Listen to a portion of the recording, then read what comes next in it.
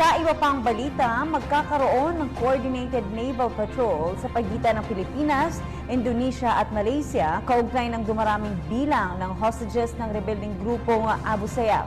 Nakatakda ring magpulong ang defense leaders ng tatlong bansa sa susunod na buwan para sa implementasyon nito. Ang ulat mula kay Eunice Samonte live via phone patch. Yes.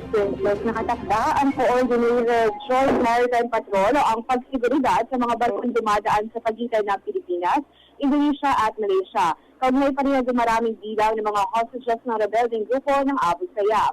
Ayon kay National Defense Secretary Delfin Lorenzana, hiwa-hiwalay na magpapatrolya ang mga barko ng tatlong bansa, subalit magkakaroon pa rin ng koordinasyon para sigurong ligtas sa mga commercial vessels. Aniya noong 1975 pa ay mayroon ng kasunduan ng Pilipinas at Indonesia na tinatawag na RPRI Border Patrol Agreement kung saan kanya ipinaliwanag na halimbawa raw may kriminal o pirata na tumakas mula sa Indonesia para magtago sa ating bansa, maaari nilang hulihin ang mga ito. Ngunit ito ay magiging posible dahil sa joint pursuit na sa pagitan nga ng ating mga sundalo at sa kanila.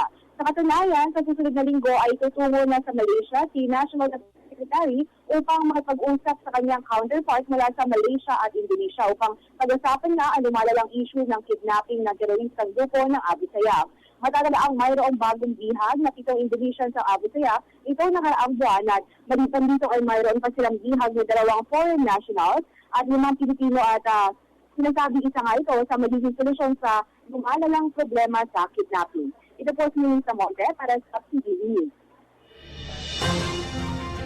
Maraming salamat, Eunice Samonte.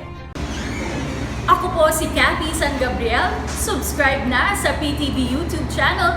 I-click lang po ang subscribe button.